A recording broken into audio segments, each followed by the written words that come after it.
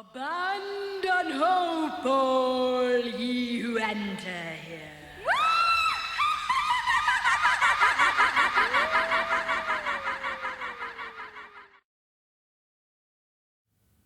And welcome to the Oddity Archive, the home of all those Halloween sound effects albums that children of the 70s, 80s, and 90s used to torture the hell out of their parents with. And, as I implied, it must be getting to be Halloween time again. I mean, everybody's getting their little parties started and stuff, and I, like clockwork, find another Hallmark Halloween cassette. And I'm stuck here reviewing it. Not exactly a tradition I wanted to start. Anyway, this year's album is called The Sounds of Halloween. Good thing they told me. I'd have never known otherwise. And this thing is from 1986. It's the oldest Hallmark Halloween cassette that I've found to date, and there's no barcode on it or anything, and partly for that reason, I think I have good reason to believe that this was another one of those buy $5 worth of greeting cards and get the album for an extra $1.99 sort of deals. Now, last year's album, which I just conveniently have right here, if you remember, was Spooky Sounds from 1989. And this album was a sprawling, tedious 70-minute brick of a record. And I'm pleased to report that this year's album, while still a bit of a tough slog at times, is a lot more fluid, a lot better paced, and best of all comes in at a much more manageable 38 minutes or so. Now, if I have any real legitimate non-nitpicky complaint about this album, it's that I have never heard so many goddamn creaky doors in my life. Seriously, this whole album is in dire need of some serious WD-40. B27, L11, X13, C77, and so many more. Dying Life Music is proud to present Creaky Memories. All your favorite stock creaky doors and floors in one magnificent 2-CD set. Take a listen.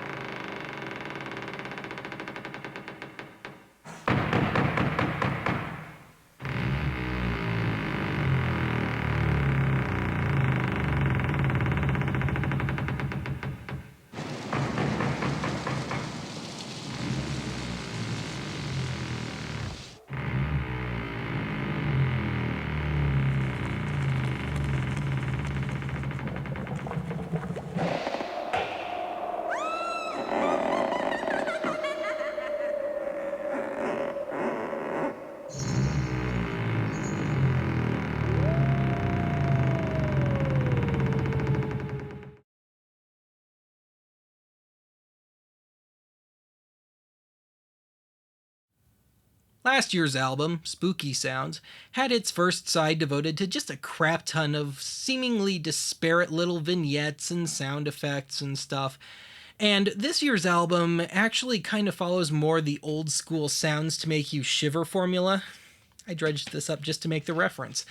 In that, side one is a medley of sorts of various sound effects and voices and stuff, and is loosely conceptual. Now, Sounds of Halloween, while it doesn't state anywhere on the package what it's supposed to be about, as best as I can tell, it's the alleged field recording of an incredibly stupid kid going trick-or-treating in all, contextually speaking, the absolute worst possible places. My, what an ugly costume. Aren't you a little big to be trick-or-treating?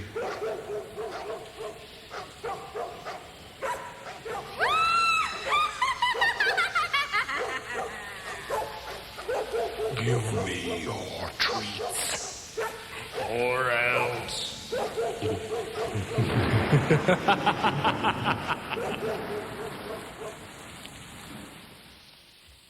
Why didn't you wear a mask? Oh. Excuse me, I guess you did.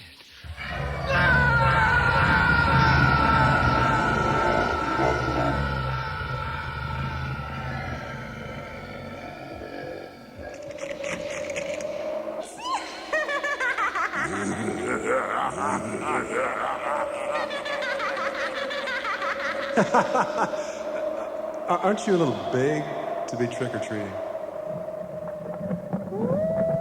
Unfortunately, the makers of this record ran out of ideas about halfway through the medley, after which point it just becomes kinda redundant. Hey, haven't you been here before?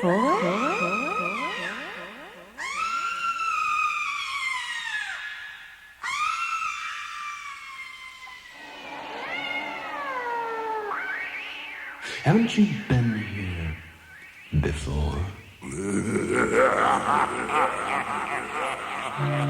Unfortunately, the makers of this record ran out of ideas about halfway through the medley, after which point...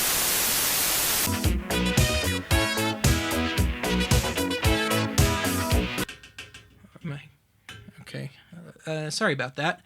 Anyway, to add insult to injury, the sound effects portion of this record all too often just makes all too little sense at all.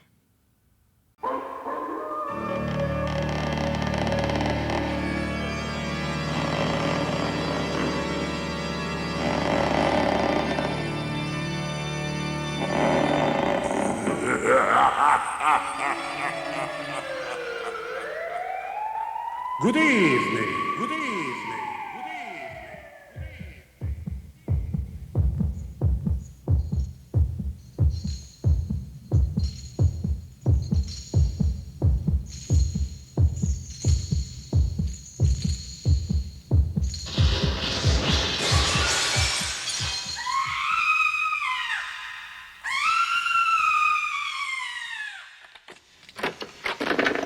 Come in. We'd love to have you for dinner. Don't ring that bell. Don't ring that bell. Don't ring that bell. Don't ring that bell. You don't know what's going to answer it.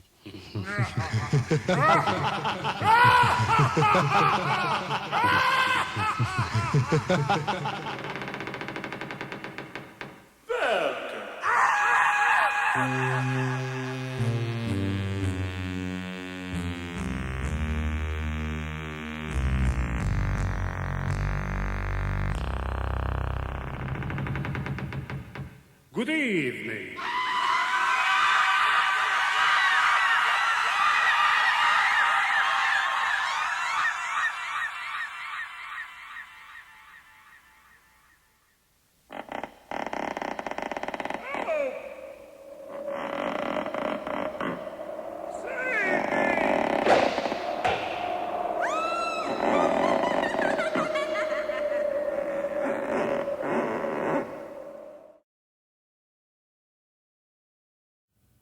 In my admittedly jaded opinion, the sound effects portion of this record is about as scary as a peanut butter sandwich, which makes it a decent choice for young kids, I guess. Indeed, this album is one of those ones that it kind of sounds like it was a little more fun to make than it is to listen to, yet seemingly against all odds, it works in spite of itself occasionally.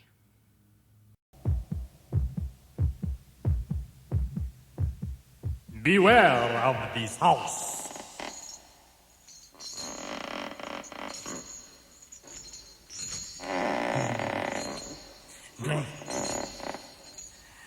They only let me out one night a year.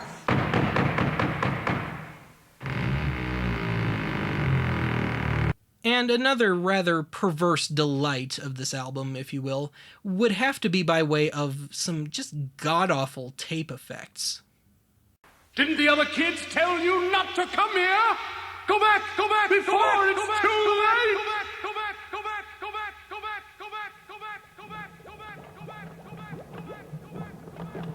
Abandon hope, all ye who enter here.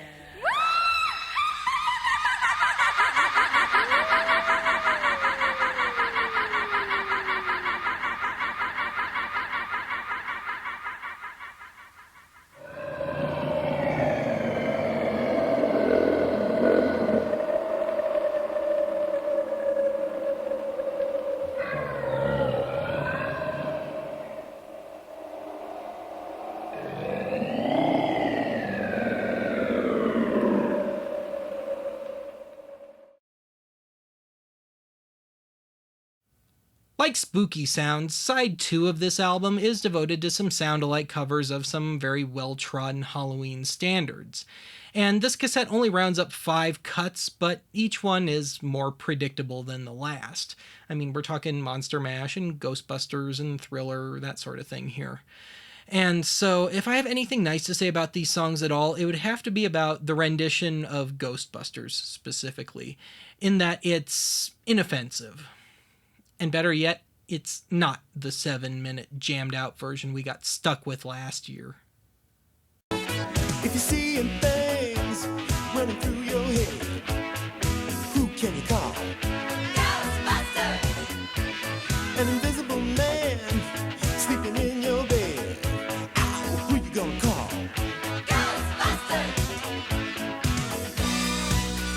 However, I'm just going to come flat out and call the other 4 cuts on here failures. So let's take a quick rundown, huh?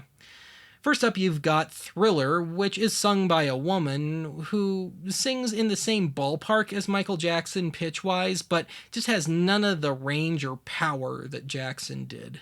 And then the chipmunk voice, or excuse me, Martian voice on the Purple People Eater is, let's just say they've clearly never heard the original. Because if you have heard the original by Sheb Wooley, you know that a lot of it leans very, very heavily on comic timing, of which none of it is present here, and it just deflates the experience of what was, in my opinion, a pretty average novelty record to begin with. And then you've got Bach's Toccata and Fugue in D minor, which is adequate, but it just gets unnecessarily sabotaged by the very unwelcome reappearance of a lot of the sound effects from side 1. And then to cap things off, you've got the ever-loving Monster Mash, in which the outro dialogue with Igor is conspicuously incomplete. Let's just say these are all very much record rip-offs worthy. You're out of time, 'cause this is Thriller, Thriller tonight. There ain't no second chance, it's the thing with 40 eyes. Girl, you're fighting for your life inside a killer thriller tonight. Well, he came down to earth and lit in a tree. I said, Mr. Purple People Eater, don't eat me. I heard him say in a voice so gruff, I wouldn't eat you 'cause you're so tough. it was a one-eyed, one-horn blind Purple People Eater, one-eyed, one-horn blind Purple People Eater, one-eyed.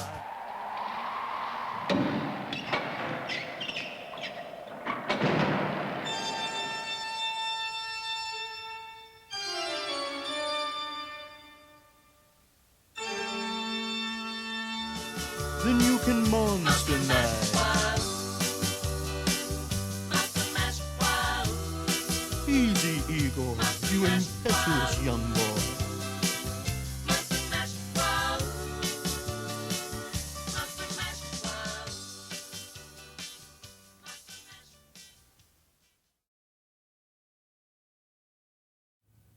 Well, that about does it for this year's requisite album review, and call me a cynic, but something tells me that come next October, I'll just find another one of these albums and I'll be stuck reviewing that one too. And having said that, I consider myself one to share the love, and as such, I figured I would close out today's show by sharing with you one of the little occupational hazards of making something like Oddity Archive. So, over the end credits here is my little approximation of just what's been flying around my head for the last few days. You're welcome.